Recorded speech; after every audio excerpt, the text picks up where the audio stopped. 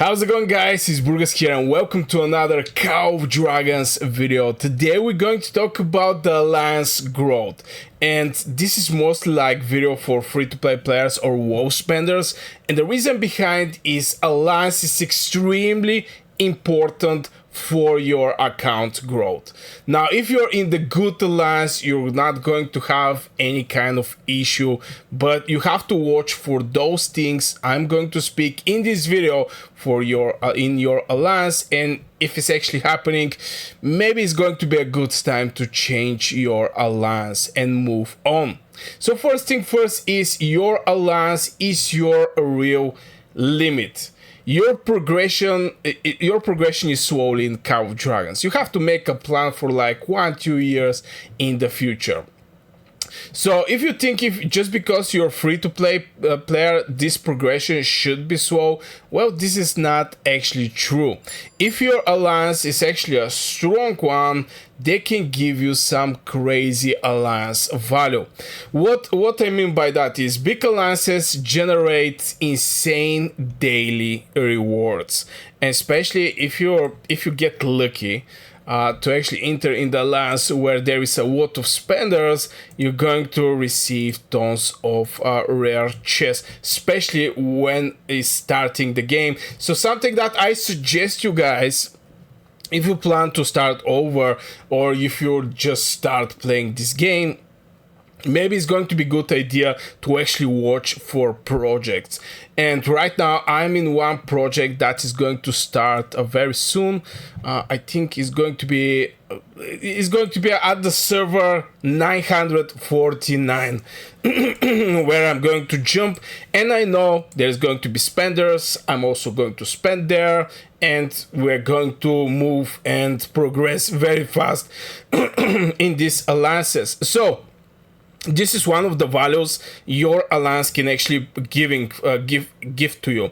It can be gems, it can be like 20 gems here, it can be some blue speed ups, more speed ups like 8 minutes. It's small things. Sometimes there is some big chests that can give you like 1 hour of training speed ups, or like 1 hour again, and some VIP points like 2 hours of building speed ups. You get the idea. Just if you're in the strong alliance, you get this crazy daily rewards you're getting for whales and krakens, and maybe even wall spenders and the mid spenders. So smaller alliance, or the alliance that is not having spenders inside, is just going to, you're going to struggle there. This is something that I want to point out. Somebody actually told me that the daily rewards you can receive from one very solid alliance with some gold chests inside and etc. can go up to like $20 per day, which is a crazy value for free to play player. So this is one of the limits that if you're not in this type of alliance, you're basically losing this value for your account, and you're not even seeing that because this is something in extra that you're receiving. The other big mistake I see is people are thinking that they're playing solo in the team game. Well, to be fair, Call of Dragons is a team game. It's not something, I mean, what the people are doing, and you're active. Let's say you're active, but your alliance is actually not. You walk in, you farm, you fight, you try to improve. The common mistake is thinking effort alone is enough. So if you put this effort, you think it's enough, but if no one else is actually putting this effort in your alliance, well, this is actually an issue. And Call of Dragons is not a solo progression game. It's multiple player game. Alliance activity multiply your progression. So you miss rallies, you miss shared rewards, you miss alliance events, and this is inefficient for your account and your time because you're basically not getting all the value.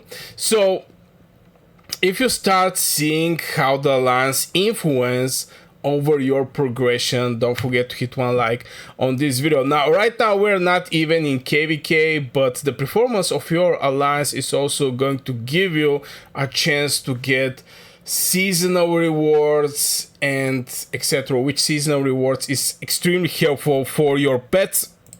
This is one of the systems in Call of Dragons that, in my opinion, is extremely extremely important and also not that cheap. So if you're not in good alliance, you're going to have struggles even to build your own account at the end of the day.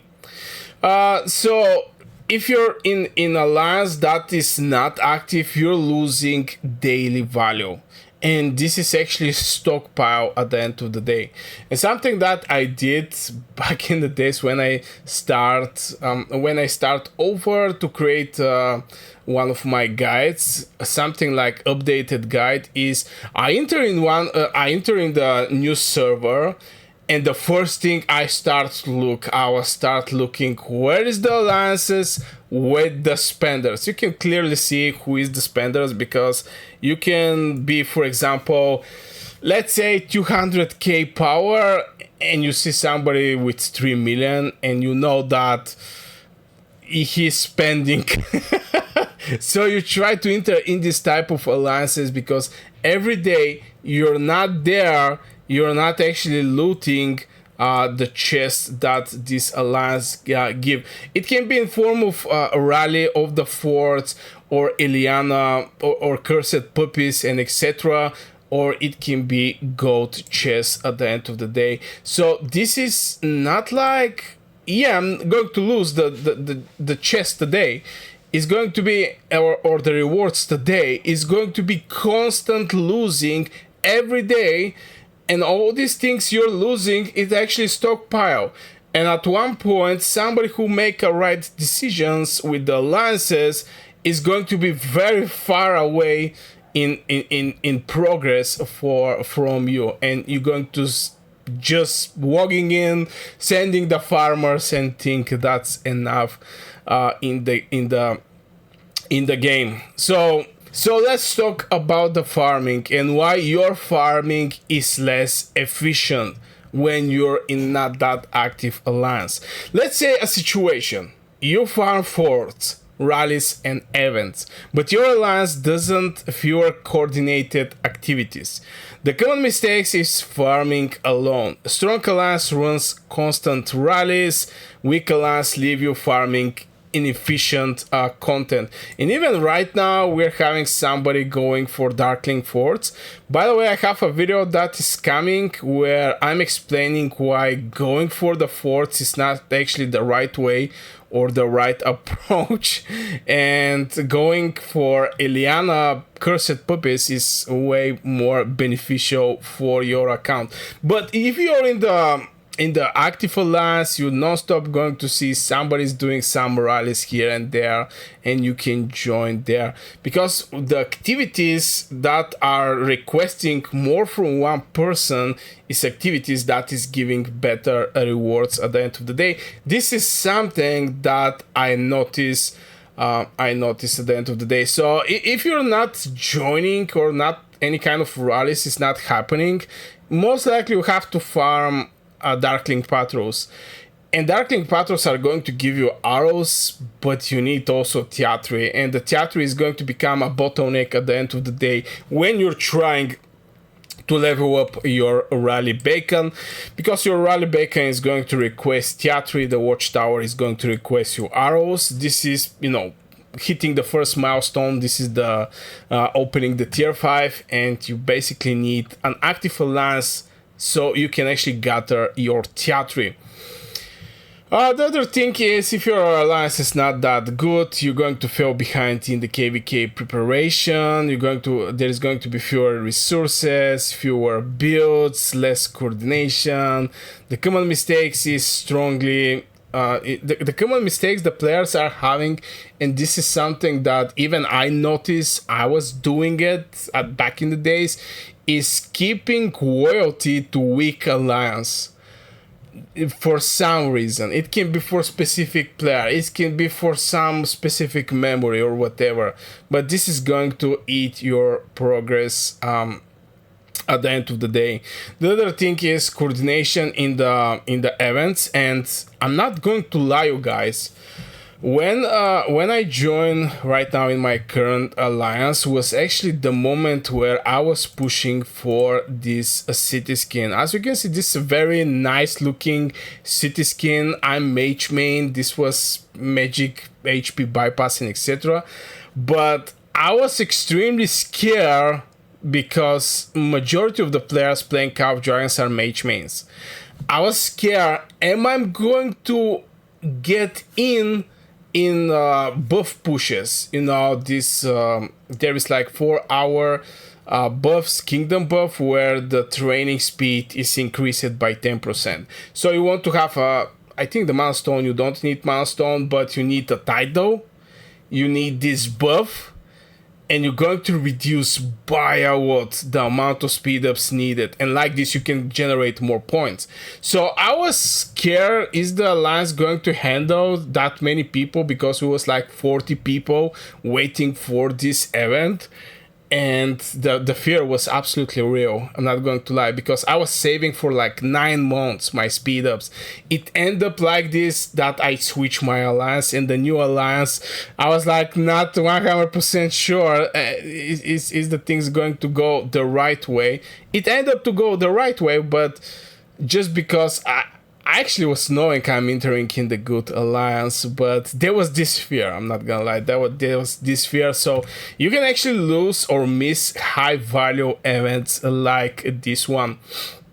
The other thing is, if you're entering not that good alliance, your war performance is limited, and this is one of the main reasons I leave my previous alliance, that it ended up to disband, is is that I was having limited war performance or PvP performance. We was waiting one dude to come online, and then we may actually build something, gather to one place, and actually do some kind of push or defense or whatever. There was so limited the PvP activities in the huge KVK, just because we was waiting like one person to come online, which is not actually good. And from there, since if you're not fighting with your alliance, it's very easy to fill your hospital extremely fast, because there's nobody to cover for you. You don't, you know, there is no the mage bow, there is nothing. You can just spam infantry, that's okay, that's fine. But if you want to get merits with your mages and your mage main, and you have the artifacts, pets and everything, and your alliance is not active, this is huge L for all the mage players, and this is actually limitation of your PvP performance. So if you're in this type of alliance, well, if you're not some kraken like 400 million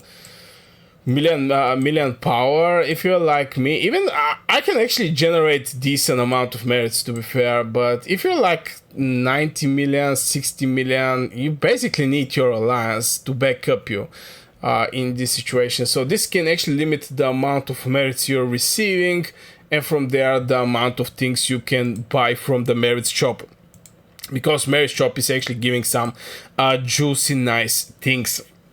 So this can be actually a problem.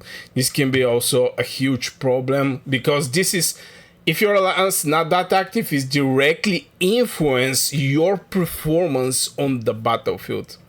And from there, if you're in this type of alliances, most likely there's not that many competitive players there, so you may actually copy the wrong player the wrong player builds, pets, heroes, artifacts, whatever, pairing, etc. And this can end up to be an issue. If you're in the alliance that are extremely active and the players inside is competitive, they're going to look for the best builds, the most optimized builds, the most merits generating builds, or you can basically watch some content creator that can give you some other idea, something that you can actually test for yourself and give you some proof, something that I do in many of my videos. So this is the other way. Some content creators, if you're in the weak alliance, but if you're in the strong alliance, you can see, for example, the fight start, day 1 pass, and you see you make like 1 million merits, and the dude next to you make like, I don't know, 7-10 million merits. You can just ask him, yo bro, how you make that many merits? And the majority of the cases, people are going to share with you what legions they're using and etc. This is also one of the benefits to be in the strong competitive alliance. You just have people that are competitive and extremely efficient. And summing up everything what I say to this point, you're basically delaying your account growth at the end of the day.